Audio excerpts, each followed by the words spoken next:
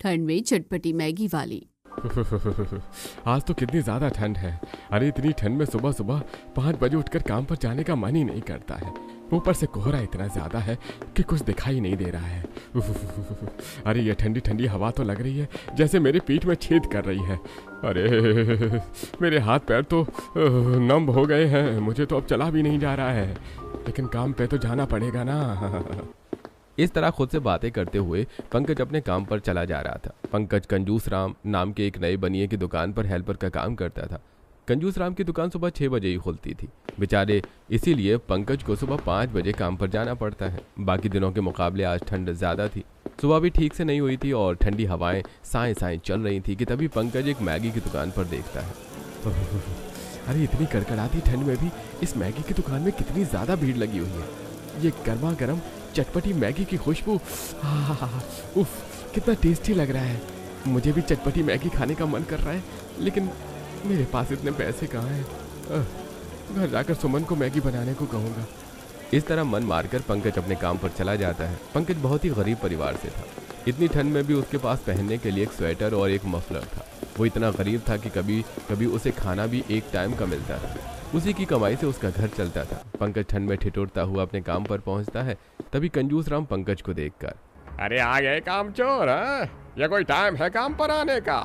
अरे ठंड शुरू हो गई है तो इसका मतलब ये नहीं है कि तुम लेट से काम पर आओ और बहाने मारो। मालिक, मैं लेट नहीं आया हूँ। आज बहुत ठंड ज़्यादा है, इसलिए काम पर आने में 5 मिनट लेट हो गया। अरे 5 मिनट लेट मतलब 5 मिनट लेट का क्या लेट नहीं होता है? ज़्यादा लेट करने की इच्छा है तो मैं तुझे काम से ही निकाल देता हूँ।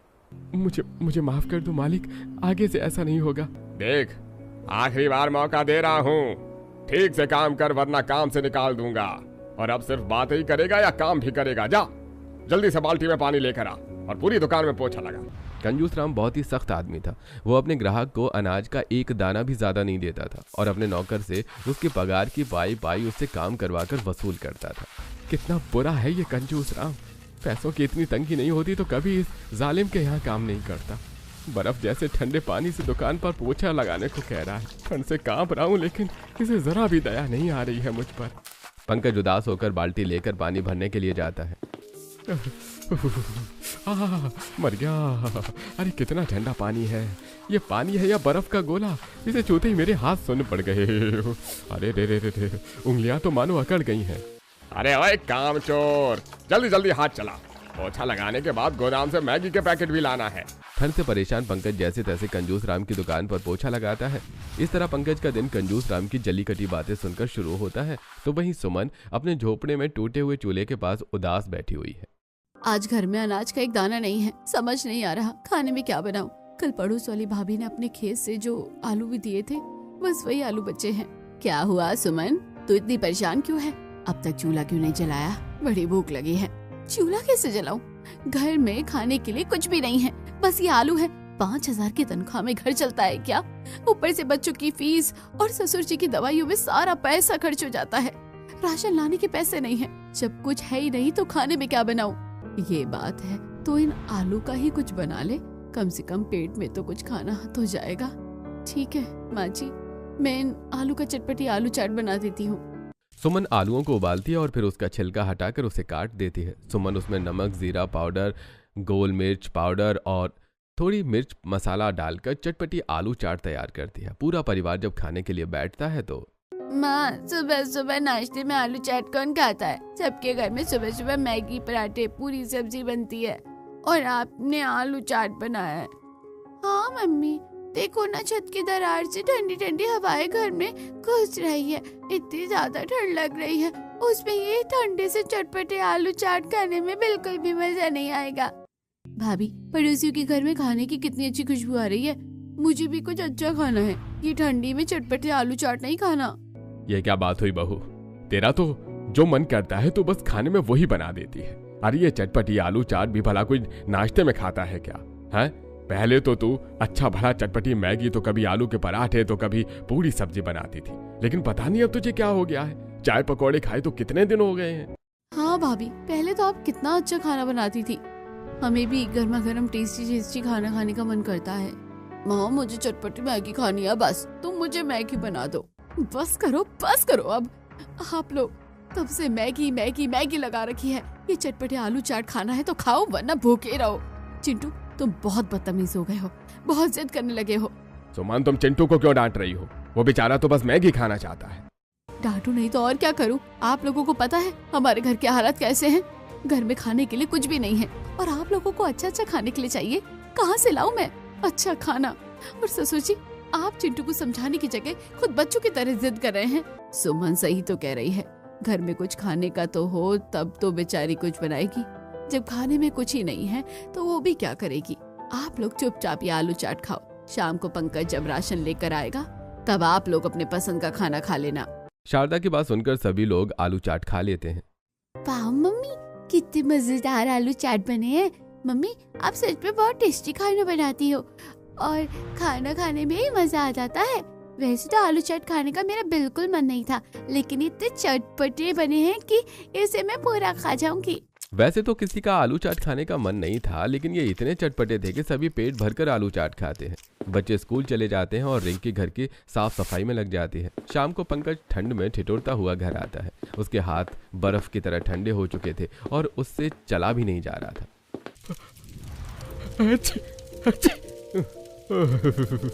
अरे बहुत ठंड लग रही है। सुमन पंकज को चूल्हे के पास बिठाती है ताकि उसे थोड़ी गर्मी मिले। क्या हुआ पंकज जी, आपको इतनी सर्दी कैसे लग गई और आप इतनी बुरी तरह से कांप क्यों रहे हैं?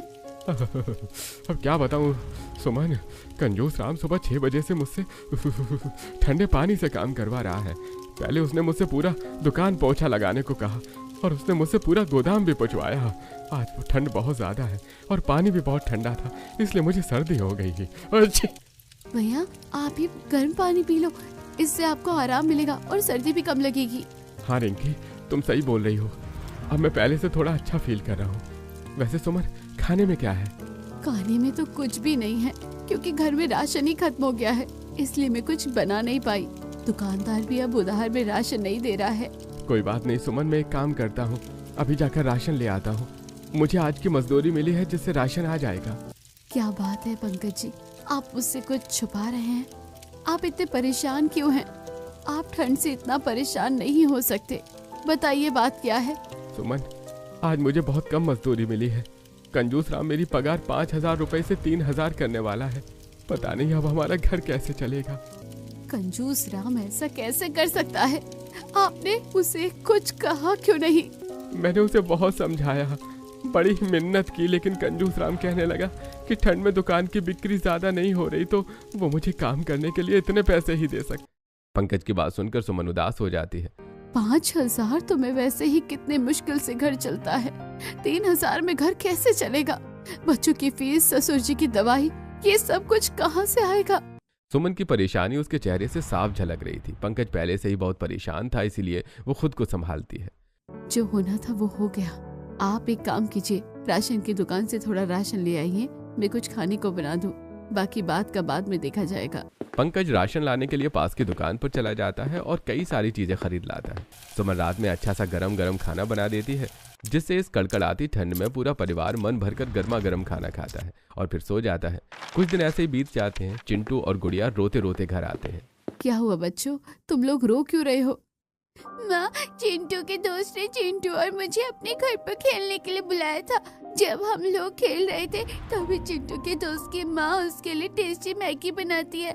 चिंटू अपने दोस्त को मैगी खाते देख रहा था तो उसकी माँ ने चिंटू को जोर से डांट दिया और चिंटू के दोस्त को भी कहा कि गरीब भिखारियों से दोस्ती मत करना। माँ, उस आंटी ने मुझे बहुत जोर से डांटा और मुझे मैगी खाने को भी नहीं दी। ऐसे नहीं रोते चिंटू, तुम मेरे प्यारे बेटे हो ना, दूसरों की बातों पर ध्यान मत दो। रात को पापा जब घर आएंगे तो मैं उनसे मैगी लाने के लिए कहूंगी और तुम लोगों को चटपटी मैगी बनाकर खिलाऊंगी। इस तरह सुमन बच्चों को लुभावन देकर बातों में उलझाकर चुप करवा देती है। वहीं रिंकी, जो ठंड भगाने के लिए कांपती हुई शारदा के साथ घर के बाहर बैठकर धूप सेक रही थी, वो पड़ोसियों की बातें सुनकर परेशान हो जाती है। पता है रिंकी, इस बार मैं ठंड में कई अलग तरह के पकवान बना रही हूँ, खासकर मैगी। मेरे घर वालों को तो हर वक्त मैगी खानी है। कभी सूप मैगी तो कभी सूखी मैगी, कभी एग मैगी, कभी फ्राइड मैगी तो कभी चटपटी मैगी तो उनका फेवरेट है। अच्छी बात है भाभी, ठंड बहुत ज्यादा है, इतनी ठंड में मैगी खाने में मजा आता है। सुमन रिंकी और पड़ोस वाली भाभी की सारी बातें सुन लेती है। सुमन को बुरा लगता है कि कैसे पड़ोसी उसकी सास और नंद के सामने डींगे हाँक रही थी। रात में पंकज जब घर आता है, सुनिए ना, घर में सभी का चटपटी मैगी खाने का बहुत मन है। बच्चे, रिंकी, माँ, पिताजी काफी दिनों से चटपटी मैगी खाना चाहते हैं। आप कंजूस राम से बात कीजिएगा ना, हो सका तो थोड़े सस्ते में मैगी ले आइएगा। ठीक है सुमन, मैं कंजूस राम से बात करूंगा। वैसे भी गोदाम में कई बार डैमेज मैगी के पैकेट भी रखे होते हैं, तो मैं उनसे पूछूंगा। अगर उन्होंने हाँ कर दिया तो मैं अपने साथ कल मैगी लेकर आऊंगा। अगले दिन पंकज जल्दी काम पर जाता है और सारा काम अच्छे से करता है। जब छुट्टी का टाइम होता है तो पंकज कंजूस राम से कहता है, मालिक, वो मैं कह रहा था, गोदाम में कई डैमेज मैगी पड़ी हुई हैं, वो रखे रखे खराब हो जाएंगी, तो क्या मैं उसे घर लेकर जा सकता हूँ? अब तेरी नजर मैगी के पैकेट में भी रहने लगी है। नहीं मालिक, ठंड बहुत ज्यादा पड़ रही है ना, तो बच्चे मैगी खाने की जिद कर रहे हैं, इसीलिए मैंने पूछा। अगर आप नहीं भी देना चाहते तो कोई बात नहीं है। चल ठीक है, ले जा वो पैकेट। आज मेरी बेटी का जन्मदिन है तो मेरा मूड बहुत अच्छा है, तू भी आग क्या याद रखेगा। पंकज खुशी खुशी मैगी लेकर घर आ जाता है और सुमन को मैगी दे देता है। मैगी देखकर आज घर वाले बहुत खुश हो जाते हैं। अरे वाह, आज मजा आ गया पापा, आज मैगी लाए हैं। मम्मी, आप जल्दी से हमारे लिए चटपटी मैगी बना दो। हाँ, हम लोग मैगी खाएंगे, आज बहुत मजा आएगा। मम्मी के हाथ की चटपटी मैगी बहुत टेस्टी है। मेरे मुंह में तो अभी से ही पानी आ रहा है। भाभी, अब तो आप जल्दी से मैगी बना ही दो। कितनी ठंड लग रही है, इतनी ठंड में आज गर्मा गर्म मैगी खाकर सच में मजा ही आ जाएगा। परिवार वालों को इतना एक्साइटेड देखकर सुमन मैगी का पैकेट लेती है और मैगी बनाना शुरू करती है। वो पानी उबालने के लिए चढ़ाती है और थोड़ी बहुत सब्जियां जो घर में रखी थी उसे धोकर काटना शुरू करती है। वो प्याज, पत्ता गोभी को बारीक काट लेती है और मिर्च को सिलबट्टे पर कूट लेती है और उसमें धनिया, जीरा और गोल मिर्च को पीस कर अच्छा सा मसाला बना लेती है। ये सुमन के सीक्रेट मसाले थे। मेरे सीक्रेट मसाले में मैगी मसाला अगर ऐड करने के बाद तो लाजवाब मैगी बन जाती है। 2 मिनट मैगी उबाल कर वो सब्जियों और मसालों को उसमें डाल देती है। सुमन की मैगी न तो बहुत ज्यादा पानी था और ना वो सूखी थी। सुमन की मैगी की सूप काफी टेस्टी होती है। मैगी की खुशबू आसपास के पड़ोस में भी फैल जाती है। ये सुमन, भिखारियों के घर से इतनी अच्छी मैगी की खुशबू कैसे आ रही है? इन लोगों के पास तो खाना खाने के पैसे नहीं हैं। अब देखो मजे से मैगी खा रहे हैं। आज ठंड बाकी दिनों से बहुत ज्यादा थी। छत की दरार से हवा साए साए करके घर में घुसती है। पूरा परिवार मैगी खाने के लिए बैठता है। कुछ देर में मैगी बनकर तैयार हो जाती है। सुमन सभी के लिए मैगी निकालती है। मैगी की खुशबू और उसका रंग देखकर सभी को जोरों की भूख लग जाती है। वाह मम्मी, कितनी टेस्टी मैगी बनाई है। आपकी तरह चटपटी मैगी तो पूरे गांव में कोई नहीं बनाता। चिंटू बिल्कुल सही कह रहा है। इतनी ठंड में इतनी टेस्टी चटपटी मैगी खाकर सच में मजा आ गया। वाह भाभी, आपकी मैगी तो सच में बहुत अच्छी है। वैसे तो कम सब्जियों वाली मैगी उतनी टेस्टी नहीं लगती, लेकिन आपकी मैगी कम सब्जियों में भी इतनी टेस्टी लग रही है कि क्या ही कहे। मेरी दोस्त ने अगर एक बार आपके हाथ की मैगी खा ली ना, तो वो बाहर से कभी चटपटी मैगी नहीं खाएगी। तुम सच में अन्नपूर्णा का रूप हो बहू। कोई भी खाना इतना चटपटा और टेस्टी बना देती हो कि खाना खत्म हो जाता है लेकिन मन नहीं भरता। बहू, तुम्हारी हाथ की मैगी इतनी टेस्टी है कि दुकानदार की मैगी भी इसके सामने फीकी लगी। पूरा परिवार उस दिन मैगी खाकर सो जाता है। अगले दिन फिर से पंकज सुबह 5 बजे उठकर कंजूस राम के यहाँ अपने काम पर जाता। आज फिर से ठंड बहुत ज्यादा थी, तो पंकज दांत किटकिटाते हुए अपने काम पर आ जाता है। रास्ते में पंकज को फिर से मैगी की वही दुकान दिखती है जो पहाड़ी मैगी बनाकर बेच रही थी। पिछले कुछ दिन की तरह आज भी उस दुकान पर काफी ज्यादा भीड़ लगी हुई थी। शायद लोगों को सुबह सुबह ठंड में चटपटी मैगी खाना बहुत ज़्यादा अच्छा लगता है। वैसे तो सुमन भी गांव में सबसे टेस्टी चटपटी मैगी बनाती है। अगर वो भी अपनी चटपटी मैगी की दुकान खोल ले तो कितना अच्छा रहेगा। ये सारी बातें सोचता हुआ पंकज अपने काम पर आ जाता है। वहीं दूसरी तरफ सुमन भी अब कुछ सामान लाने के लिए बाजार चली जाती है। रास्ते में सुमन को काफ़ी ज़्यादा ठंड लग रही थी। उसके पास अच्छे गर्म कपड़े भी नहीं थे। ठंड में ठिठुरती हुई सुमन जब बाजार पहुंचती है तो वो देखती है कि बाजार में कई अलग अलग तरह की दुकान लगी हुई हैं। कोई गर्मा गर्म मोमो बेच रहा है, तो कोई चाउमीन, कोई मैगी, तो कोई गर्मा गर्म अंडा पाव रोटी बेच रहे हैं। ये क्या, पड़ोस वाली भाभी अपने पति के साथ बाजार में आकर अंडा पाव रोटी बेच रही हैं और लोग भीड़ लगाकर उनकी अंडा पाव रोटी खरीद भी रहे हैं। बाजार में और कोई भी नई दुकान खुल गई है। सुमन अच्छे से बाजार घूमती है और अपने ज़रूरत का सारा सामान लेकर घर चली जाती है। रास्ते में चलते हुए सुमन सोचती है, आजकल लोग अपना ठेला लगाकर काफी पैसे कमा रहे हैं। वैसे भी पंकज जी की पगार उस कंजूस राम ने कम कर दी थी और इतने कम पैसों में बच्चों की फीस भरना मुश्किल हो रहा है। अगर मैं भी किसी चीज का ठेला लगाकर काम करूं तो मैं भी पैसे कमा सकती हूं और इससे हमारे पैसे की परेशानी भी खत्म हो जाएगी। ये सारी बातें सोचते हुए सुमन अपने घर आ जाती है। रात में जब पंकज काम करके घर आता है तो सुनिए, मैं सोच रही थी कि मैं किसी चीज का ठेला लगा लूं। वैसे भी ठंड की वजह से आपकी कमाई कम हो गई है, जिससे घर चलाना और राशन लाना काफी मुश्किल हो गया है। हाँ सुमन, तुम सही कह रही हो। 3,000 की पगार में कुछ होने वाला नहीं है। वैसे दिन पर दिन ठंड बढ़ती जा रही है।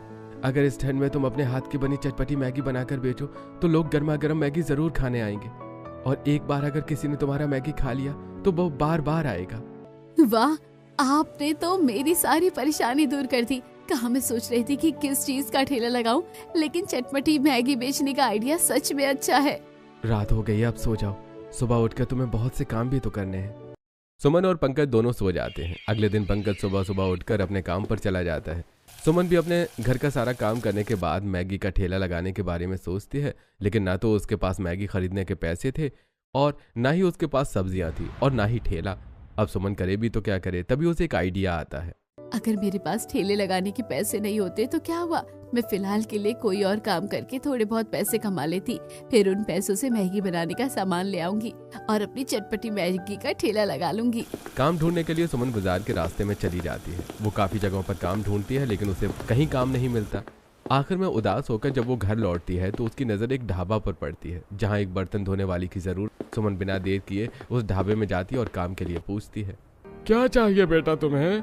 मालिक, मुझे काम की जरूरत है और मैंने बाहर पोस्टर में देखा है कि आपको कोई बर्तन धोने वाली चाहिए, इसलिए मैं यहाँ वो काम करने के लिए आई हूँ। तुम्हें पता है ना आजकल कितनी ज्यादा ठंड पड़ रही है। इतनी ठंड में तुम ठंडे पानी से बर्तन धो लोगी? हाँ मालिक, मैं सारे बर्तन अच्छे से धो दूंगी, आप परेशान मत होइए। मैं चिंता नहीं कर रहा। शुरू में काम करने के लिए तो सभी हाँ करते हैं, फिर बीच में काम छोड़कर चले जाते हैं। आप मुझे काम पर रखिए, मैं ऐसा कुछ नहीं करूंगी। अब अगर तुम इतना बोल ही रही हो तो मैं तुम्हें काम पर रख लेता हूँ। आज से तुम काम शुरू कर दो। जाओ, वहाँ ढाबे के पीछे नल है, वहाँ से तुम्हें पानी मिल जाएगा। बर्तन और बर्तन धोने का साबुन दोनों भी रखे हैं, तो जाओ जाकर काम शुरू करो। तब सुमन ढाबे के पीछे चली जाती है, जहाँ एक छोटा सा नल था और वो जगह पूरी तरह से खुली हुई थी, जिस वजह से वहाँ ठंड भी बहुत ज्यादा लग रही थी। ठंडी हवाएं साएं साएं चल रही थी। ओए माँ, मुझे तो अभी से ठंड लग रही है। इतने सारे बर्तन पता नहीं मैं कैसे साफ करूंगी। सुमन जैसे ही पानी में हाथ देती है वैसे ही उसके हाथ में करंट लगता है। पानी बर्फ से भी ज्यादा ठंडा था। अरे बाप रे, पानी तो बहुत ही ज्यादा ठंडा है। इतने ठंडे पानी में मैं बर्तन कैसे साफ करूं? ये सब सोचकर सुमन तरकीब सोचती है। वो एक बाल्टी पानी सारे बर्तन में डाल देती है, जिससे सारे बर्तन भीग जाते हैं और फिर वो फटाफट से सारे बर्तन साफ कर देती है। ढाबे का मालिक उसे 400 रुपए देता है, जिसे लेकर वो अपने घर चली जाती है। कुछ दिन ऐसे ही बीत जाते हैं। अब सुमन ढाबे में काम करके थोड़ा बहुत पैसा कमा लेती है, जिससे फिर वो अपने मैगी का ठेला लगाने का सोचती है। अब तो मेरे पास काफी पैसे जमा हो गए हैं, इससे मैगी, सब्जियां, थोड़े बहुत बर्तन, सब कुछ आ जाएगा। सुमन बाजार जाकर कई सारे मैगी के पैकेट ले आती है और कुछ फ्रेश सब्जियां खरीद लेती है। मैगी बनाने के लिए वो बड़ा सा गमला और लोगों को मैगी देने के लिए कुछ प्लेट्स ले आती है। सुमन के पास कोई ठेला नहीं था, इसलिए वो अपने घर के पीछे पड़े टेबल को घर के सामने लगाती है और अपनी नंद रिंकी की मदद से उसमें बांस बांधकर और तिरपाल डालकर घर के सामने ही मैगी बनाना शुरू कर देती है। अच्छा क्या भाभी, जो आपने चटपटी मैगी बनाने की सोची, आप मैगी बनाओ, मैं पड़ोस में सभी को हमारी चटपटी मैगी के बारे में बताकर आती हूँ। सुमन टेबल पर बैठकर मैगी बनाना शुरू करती है। ठंड का मौसम था और उसकी दुकान भी हर तरफ से खुली हुई थी, तो उसे मैगी बनाने में काफ़ी ठंड लगती है। लेकिन वो कांपते हुए सारी सब्जियों को धोकर काटती है, पानी गर्म करके उसमें मैगी बॉईल करती है, फिर कटी सब्जियों को डालकर वो अपने सीक्रेट मसाले जो उसने सुबह ही तैयार करके रखे थे उसे मैगी मसाला के साथ मिक्स करके डालती है। सुमन की मैगी की खुशबू काफ़ी दूर तक फैल गई थी। मैगी से खुशबू तो सच में बहुत अच्छी आ रही है। मुझे यकीन है कस्टमर जल्दी ही मेरी दुकान पर आएंगे। और ऐसा ही होता है। जल्दी ही सुमन की दुकान पर लोगों की भीड़ लग जाती है। ठंड बहुत ज़्यादा थी और सभी को टेस्टी चटपटी मैगी खानी थी। सुमन जल्दी जल्दी मैगी बनाती है और रिंकी सभी कस्टमर को मैगी निकाल कर देती है। इस तरह पहले ही दिन सुमन काफ़ी अच्छी कमाई कर लेती है। रात में पंकज जी, आपने बिल्कुल सही कहा था। लोगों को मेरे हाथ की चटपटी मैगी बहुत ही ज्यादा पसंद आई। आज पहले दिन ही मैगी के सारे पैकेट बिक गए और अच्छी कमाई हुई। ये तो अच्छी बात है ना। सुमन, ऐसे ही मेहनत करती रहो, फिर देखना तुम्हारी चटपटी मैगी खाने के लिए लोगों की लंबी लाइन लग जाएगी। सुमन का घर मार्केट के बिल्कुल बीच में पड़ता था। जिन लोगों को काम पर जाना होता वो उसी रास्ते से अपने काम पर जाते थे। इसीलिए जब लोगों की नज़र सुमन के मैगी पर पड़ती है तो वो खुद को रोक नहीं पाते थे।